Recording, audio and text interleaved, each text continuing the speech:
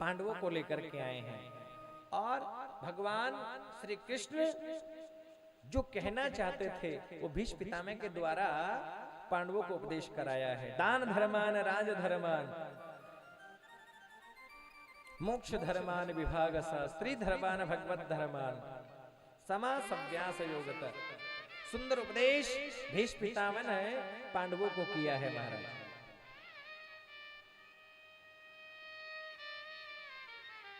बोलो राधे राधे, जोर से बोलो ना।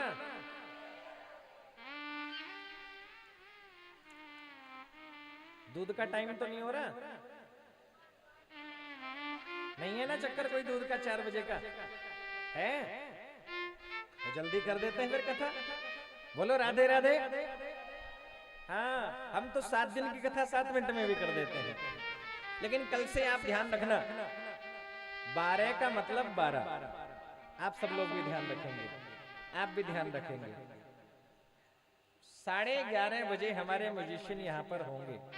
आप 11:15 बजे यहाँ होंगे अपना सब पूरा, क्योंकि 1 बजे शुरू हुई है कथा तो 5 तो बजने ही चाहिए। हाँ जी के ना जी, लेकिन जल्दी करते हैं। बोल दो राधे राधे।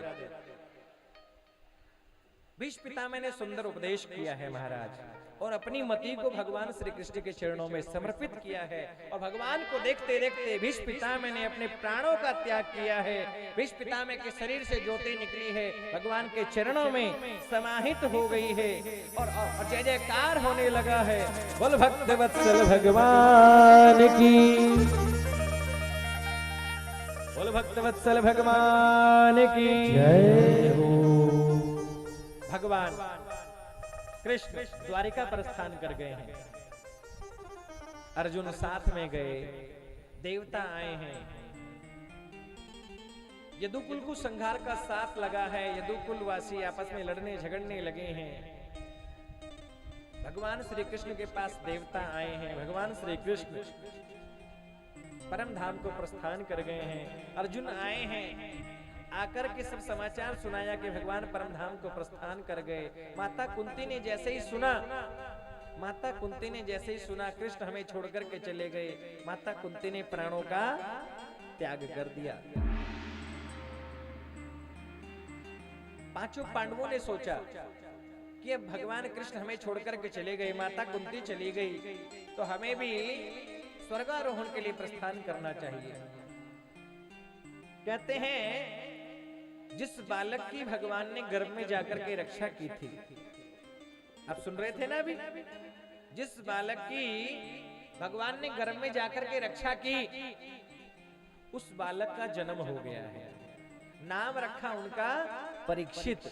बोलिए परीक्षित जी महाराज की जय हो। कहते हैं परीक्षित जी दुनिया के पहले ऐसे व्यक्ति हैं जिन्होंने जन्म बाद में लिया, भगवान का दर्शन माता के गर्भ में पहले ही कर लिया। परीक्षित जी का जन्म हुआ है महाराज। धीरे धीरे परीक्षित जी बड़े होने लगे। पांडवों ने सोचा हम भी स्वर्गारोहण को प्रस्थान कर जाएं। परीक्षित जी को राजगद्दी पर बिठाया है और सुंदर उपदेश परीक्षित को किया है कि हे बेटा, जीवन में कभी शत्रु भी तुम्हारी शरण में आ जाए तो उसे एक बार माफ कर देना। अतिथि का सत्कार करना। जीवन में बेटा संत का कभी अपमान नहीं करना, और पाप होते कभी नहीं देखना। हम स्वर्गारोहण के लिए प्रस्थान कर रहे हैं, मंत्री जी तुम्हारी राज कार्य में सहायता करेंगे। पांडव परीक्षित जी को राज सिंहासन पर बिठा करके उपदेश करके स्वर्गारोहण के लिए प्रस्थान कर गए हैं। परीक्षित जी राजपाट संभालने लगे हैं, मंत्रीगण सहायता करते हैं। धीरे धीरे समय व्यतीत हुआ। परीक्षित जी ने एक दिन सोचा कि मैं मेरे राज्य में भ्रमण करके आऊंगा। परीक्षित जी चले हैं और वन में प्रस्थान कर गए। वन में देखा एक बैल और एक गाय आपस में बातें कर रहे हैं। बैल के 3 पैर कट गए हैं, एक पैर पर बैल खड़ा है। ये बैल कोई और नहीं, धर्म ही बैल का रूप धारण करके खड़ा है। सतयुग में धर्म के 4 चरण थे, त्रेता आया तो 3 चरण रह गए, द्वापर आया तो 2 चरण, और कलयुग में धर्म केवल 1 चरण से खड़ा है। गाय, पृथ्वी माता ही गाय का रूप धारण करके खड़ी है। आपस में बातें कर रहे हैं महाराज। कहते काला काला पुरुष आया, एक काला काला पुरुष आया तलवार लेकर के बैल के चौथे चरण को भी काटना चाहा। परीक्षित जी इस दृश्य को देख रहे हैं। परीक्षित जी को बड़ा क्रोध आया। हे दुष्ट, कौन है तू? अरे मेरे राज्य में ऐसा दुस्साहस करने की शक्ति कैसे हुई? तेरी इतनी शक्ति कैसे हुई? अरे मेरे राज्य में तूने ऐसा दुस्साहस किया। कहते हैं परीक्षित जी ने तलवार निकाल ली, काले काले पुरुष को मारने के लिए तैयार हो गए। ये काला काला पुरुष कोई और नहीं, ये कलयुग है।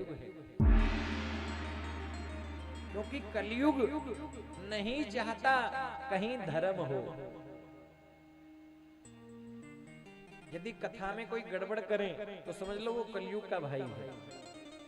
कथा में बैठने पर यदि मोबाइल तुम्हारा बार बार बजे तो समझ लो मोबाइल में कलयुग घुस करके बैठ गया है। कथा में बैठने पर बार बार घर की, दुकान की, मकान की, भैंस की, गाय की याद आए तो समझ लो कलयुग गड़बड़ कर रहा है। कथा में बैठने पर बार बार दुकान, मकान, ऑफिस, फैक्ट्री की याद आए तो समझ लो कलयुग गड़बड़ कर रहा है। क्योंकि वो नहीं चाहता हम भगवान का भजन करें। कलयुग धर्म के चौथे चरण को भी काटना चाहता है। परीक्षित जी ने तलवार निकाल ली है। दुष्ट, ऐसा दुस्साहस, मार डालूंगा तुझे। कलयुग चरणों में गिर गया। हे महाराज, आप मुझे मारिए मत, मेरा तो समय हो गया, मुझे तो आना है। कौन हो तुम? मेरा नाम कलयुग है। पहले सतयुग आया, फिर त्रेता युग आया, फिर द्वापर युग आया है। और जब से भगवान कृष्ण इस धरा को छोड़ करके गए हैं तब से मेरा आगमन हो गया है। कलयुग को कहा, हे कलयुग मेरे राज्य से दूर निकल जाओ, मेरे राज्य में तुम रह नहीं सकते। कलयुग हाथ जोड़ करके खड़ा हो गया। हे महाराज परीक्षित जी, मैं कहां जाऊंगा? चारों तरफ आपका राज्य है, आप मुझे रहने के लिए 4 स्थान दे दीजिए। जहां बोलोगे मैं वहां पर रुक जाऊंगा। कलयुग को रहने के लिए परीक्षित जी ने 4 स्थान दिए हैं। तो ध्यान से सुनना, कलयुग कहां रहता है? द्यूतम पानम स्त्रियस्सूना यतो धर्म चतुर्विध। हे कलयुग, जहां जुआ खेला जाए, कलयुग वहां तुम्हारा वास होगा। जो जुआ खेलते हैं ना, वो कलयुग के सगे भतीजे हैं। जुए में कलयुग रहता है। द्यूतम पानम, जहां शराब पी जाए, जहां मदिरा पान किया जाए, हे कलयुग वहां तुम्हारा वास होगा। शराब में मद के रूप में कलयुग रहता है। कितने अच्छे अच्छे घरों के लोगों को मैंने देखा है, शराब पी लेंगे और थोड़ा कम शराब पी लेंगे और नाली में पड़े हैं, और नाली में पड़े हैं, कुत्ता आ गया, कुत्ते से ही बातचीत कर रहे हैं। महाराज, शराब बुद्धि को खराब कर देती है, सब खत्म कर देती है शराब। कितने लोगों के घर चले गए, दुकान चली गई, मकान। एक बार एक भाई के जुकाम लग गई। जुकाम क्या लग गई? दवाई लेकर के आया, गोली खाई, जुकाम ठीक नहीं हुई। पीने की दवाई शीशी लेकर के आए, फिर भी जुकाम ठीक नहीं हुई। 5 दिन 7 दिन हो गए, गर्मी का समय था, ठंडा पानी पी लिया, जुकाम हो गई। 5-7 दिन हो गए, जुकाम ठीक नहीं हुई। अब वो रास्ते से जा रहा था, ऐसे करते करते फिर रास्ते में एक शराबी मिल गया। बोले क्या हुआ, ऐसा कैसे उदास हो रहा है? बोले भैया जुकाम हो गई, 6-7 दिन हो गए, जुकाम ठीक नहीं हुई। बोले नहीं। अब शराबी ने वो छोटे वाला निकाला पीने का, क्या बोलते हैं उसको? क्या बोलते हैं? हाँ ये सबको मालूम है। और छोटे वाला वो निकाला, बोले ये पी ले तेरी जुकाम चली जाएगी। अच्छा, और जुकाम जिसके लगी थी वो कहने लगा ये पीऊंगा पौवा तो जुकाम चली जाएगी। बोले हाँ चली जाएगी। बोले कैसे? बोले देख मैंने पी तो क्या हुआ? बोले मैंने पी तो मेरी दुकान चली गई, मेरा मकान चला गया, मेरे पत्नी और बच्चे भी छोड़ करके चले गए, तो तेरी जुकाम नहीं जाएगी क्या? बोले मेरा सब कुछ चला गया भाई। तो कहने का भाव क्या? शराब में मद के रूप में कलयुग रहता है। जुआ खेला जाए वहां कलयुग तुम्हारा वास होगा, चाहे शराब पी जाए वहां कलयुग तुम्हारा वास होगा। स्त्रियां, बोले जहां वैश्याचार हो हे कलयुग वहां तुम्हारा वास होगा। आपने सुनी कथा अभी, धुंधकारी 5 वैश्याओं को घर में ला करके रखा है और मर करके भयंकर प्रेत बन के भटक रहा है। तो जहां वैश्याचार होगा वहां कलयुग तुम्हारा वास होगा। कलयुग हाथ जोड़ करके कहने लगा, हे महाराज ये तो तीनों गंदे गंदे स्थान दे दिए आपने, एक बढ़िया स्थान भी होना चाहिए। अरे घर चाहे कैसा भी हो, लेकिन एक गेस्ट रूम तो अच्छा होना चाहिए। हाँ एक अच्छा स्थान भी दे दो। है? हाँ तो महाराज आपने अपने 3 स्थान दे दिए और एक स्थान और बोल दिया।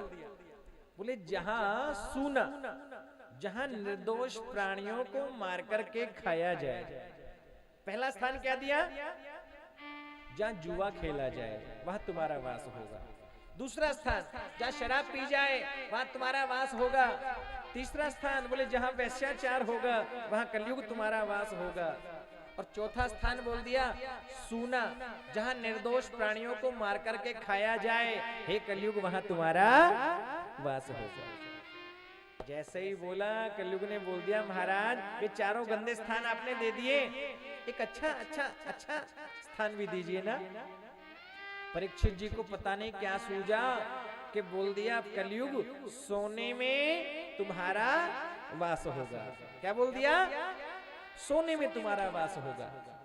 और जैसे ही बोला कलयुग ने छोटा रूप धारण किया और परीक्षित जी ने पहना था सोने का मुकुट और ये कलयुग परीक्षित के सिर पर आकर के बैठ गया।